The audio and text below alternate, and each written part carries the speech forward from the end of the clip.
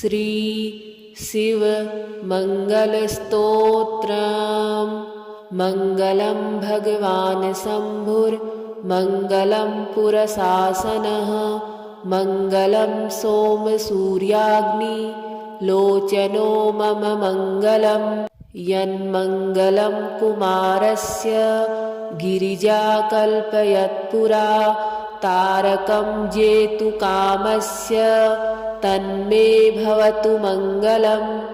मंगलं पार्वतीनाथो मंगलं जाह्नवीधरः मंगलं गिरिजादेवी मंगलं सर्वमंगलं गिरीन्द्रस्य च मेनायास्त्रैलोक्यस्य तपः फले पार्वत्या जन्मदिवसे तन्मे भवतु मंगलम्।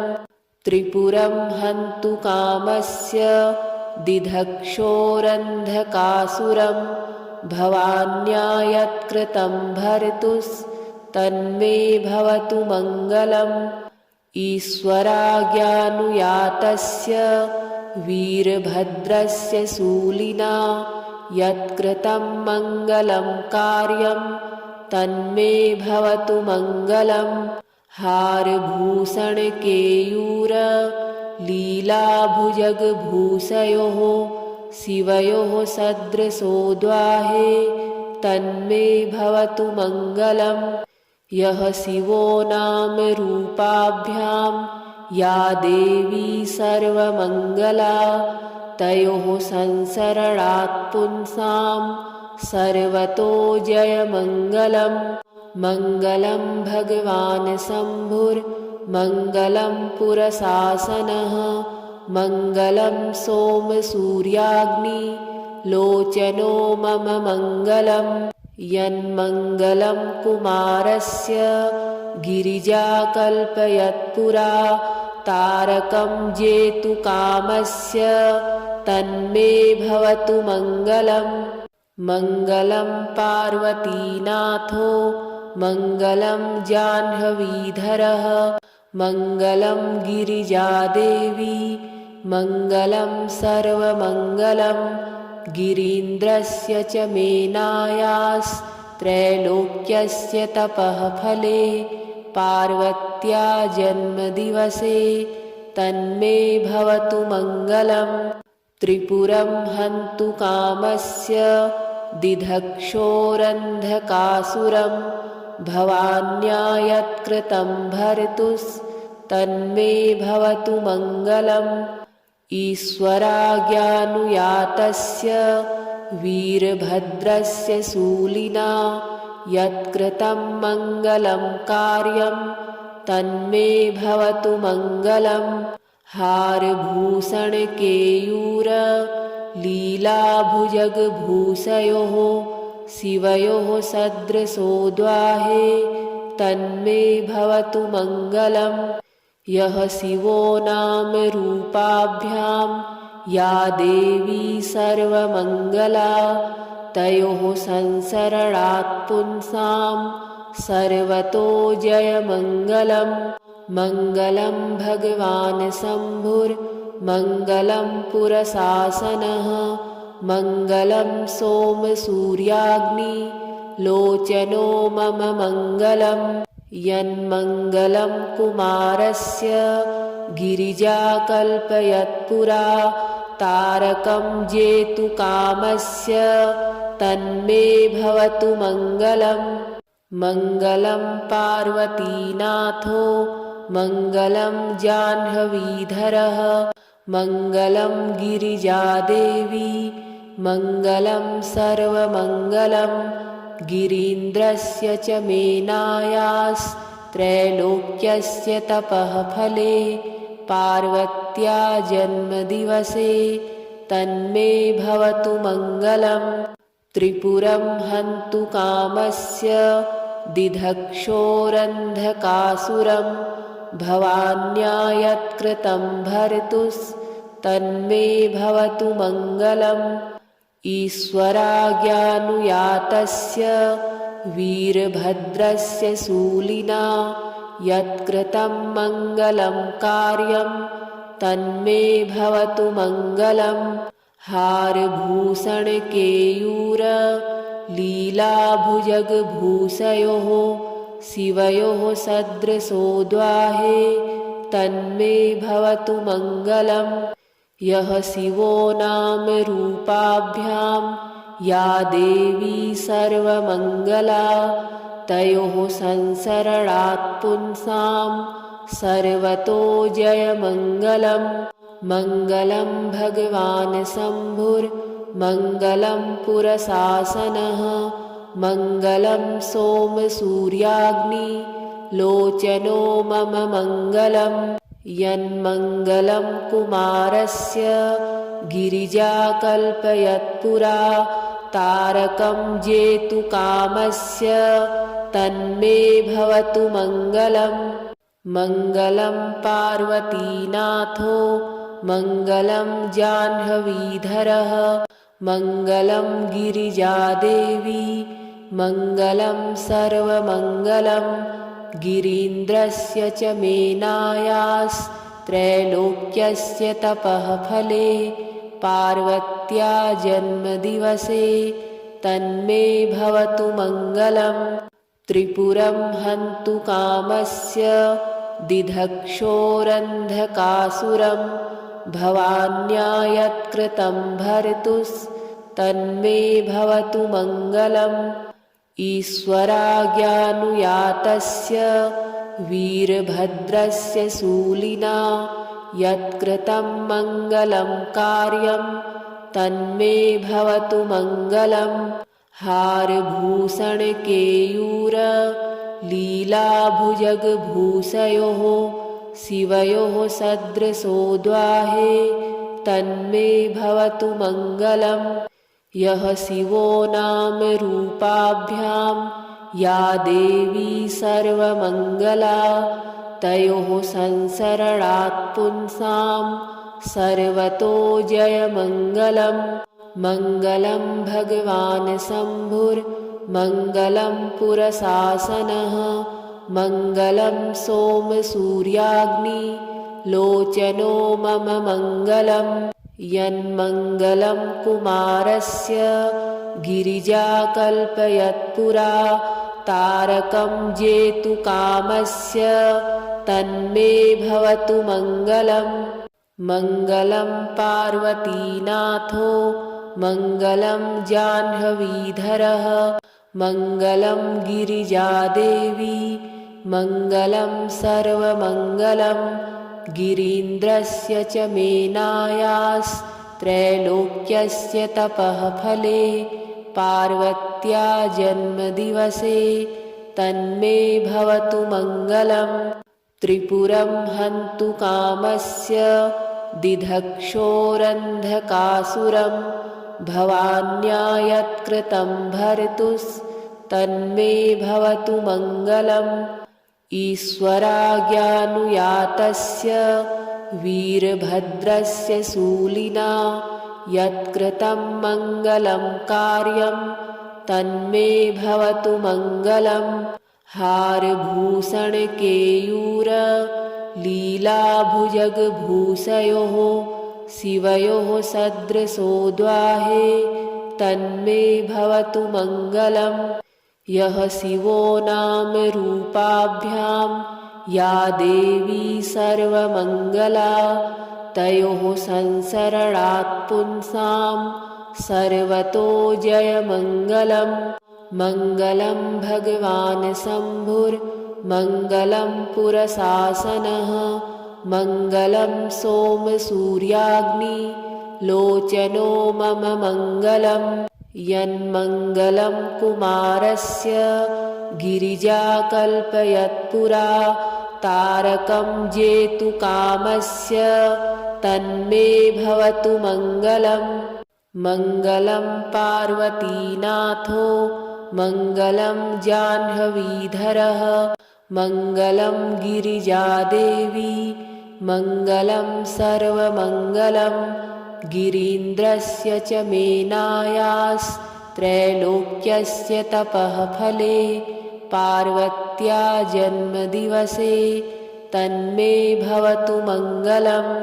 त्रिपुरं हन्तु कामस्य दिधक्षोरन्धकासुरं भवान्या यत्कृतं भर्तुस्तन्मे भवतु मङ्गलम् ईश्वराज्ञानुयातस्य वीरभद्रस्य शूलिना यत्कृतं मङ्गलं कार्यं तन्मे भवतु मङ्गलम् हारभूषणकेयूर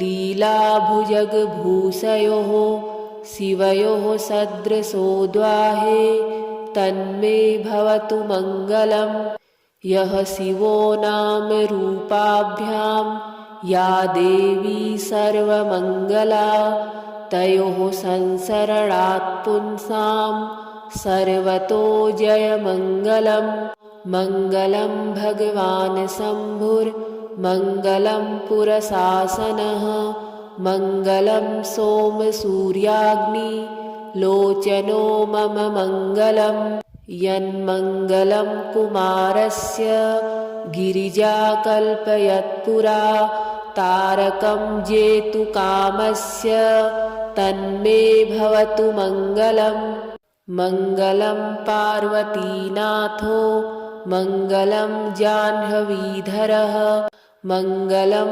गिरिजादेवी मङ्गलं सर्वमङ्गलं गिरीन्द्रस्य च मेनायास्त्रैलोक्यस्य तपः फले पार्वत्या जन्मदिवसे तन्मे भवतु मङ्गलम् त्रिपुरं हन्तु कामस्य दिधक्षोरन्धकासुरं भवान्या यत्कृतं भर्तुस्तन्मे भवतु मङ्गलम् ईश्वराज्ञानुयातस्य वीरभद्रस्य शूलिना यत्कृतं मङ्गलं कार्यं तन्मे भवतु मङ्गलम् हारभूषणकेयूर लीलाभुजगभूषयोः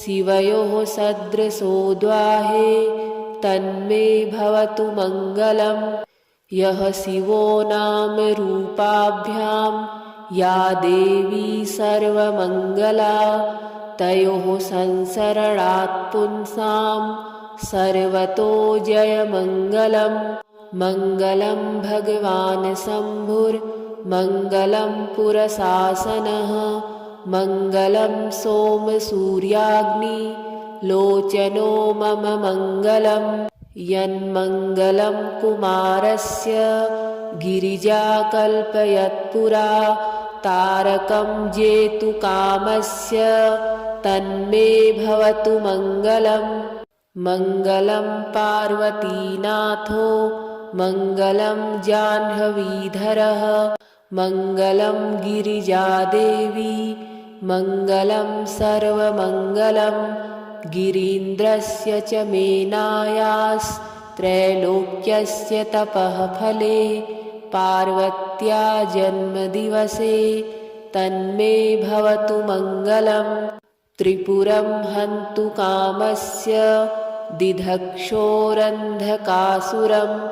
भवान्या यत्कृतं भर्तुस्तन्मे भवतु मङ्गलम् ईश्वराज्ञानुयातस्य वीरभद्रस्य शूलिना यत्कृतं मङ्गलं कार्यं तन्मे भवतु मङ्गलम् हारभूषणकेयूर लीलाभुजगभूषयोः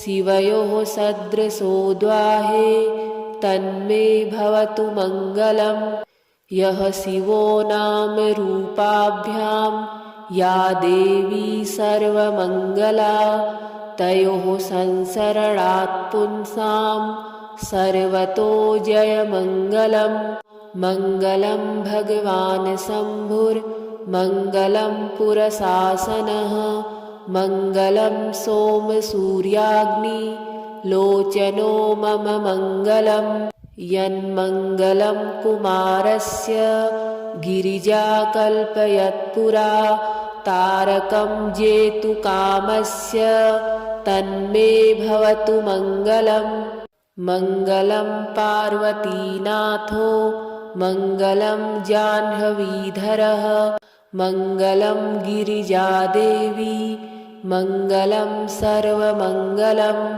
गिरीन्द्रस्य च मेनायास्त्रैलोक्यस्य तपः फले पार्वत्या जन्मदिवसे तन्मे भवतु मङ्गलम् त्रिपुरं हन्तु कामस्य दिधक्षोरन्धकासुरं भवान्या यत्कृतं भर्तुस्तन्मे भवतु मङ्गलम् ईश्वराज्ञानुयातस्य वीरभद्रस्य शूलिना यत्कृतं मङ्गलं कार्यं तन्मे भवतु मङ्गलम् हारभूषणकेयूर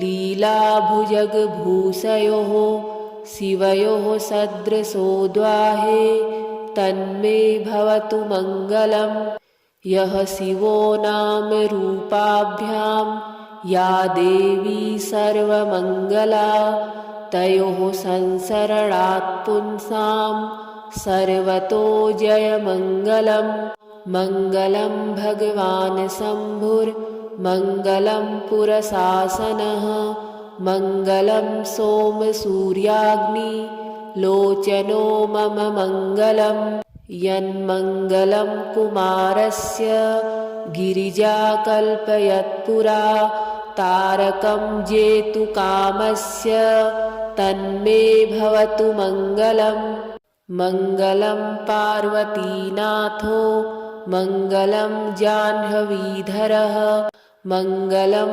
गिरिजादेवी मङ्गलं सर्वमङ्गलं गिरीन्द्रस्य च मेनायास्त्रैलोक्यस्य तपः फले पार्वत्या जन्मदिवसे तन्मे भवतु मङ्गलम् त्रिपुरं हन्तु कामस्य दिधक्षोरन्धकासुरं भवान्या यत्कृतं भर्तुस्तन्मे भवतु मङ्गलम् ईश्वराज्ञानुयातस्य वीरभद्रस्य शूलिना यत्कृतं मङ्गलं कार्यं तन्मे भवतु मङ्गलम् हारभूषणकेयूर लीलाभुजगभूषयोः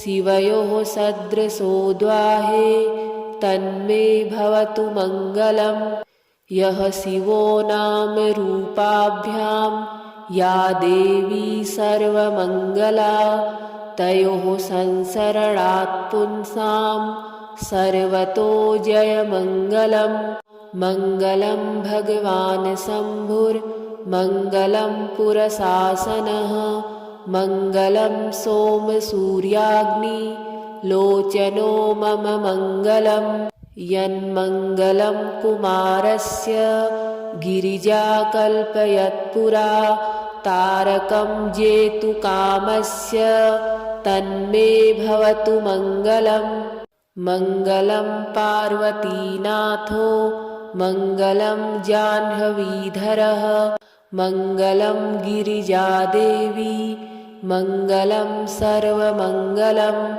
गिरीन्द्रस्य च मेनायास्त्रैलोक्यस्य तपः फले पार्वत्या जन्मदिवसे तन्मे भवतु मङ्गलम् त्रिपुरं हन्तु कामस्य दिधक्षोरन्धकासुरं भवान्या यत्कृतं भर्तुस्तन्मे भवतु मङ्गलम् ईश्वराज्ञानुयातस्य वीरभद्रस्य शूलिना यत्कृतं मङ्गलं कार्यं तन्मे भवतु मङ्गलम् हारभूषणकेयूर लीलाभुजगभूषयोः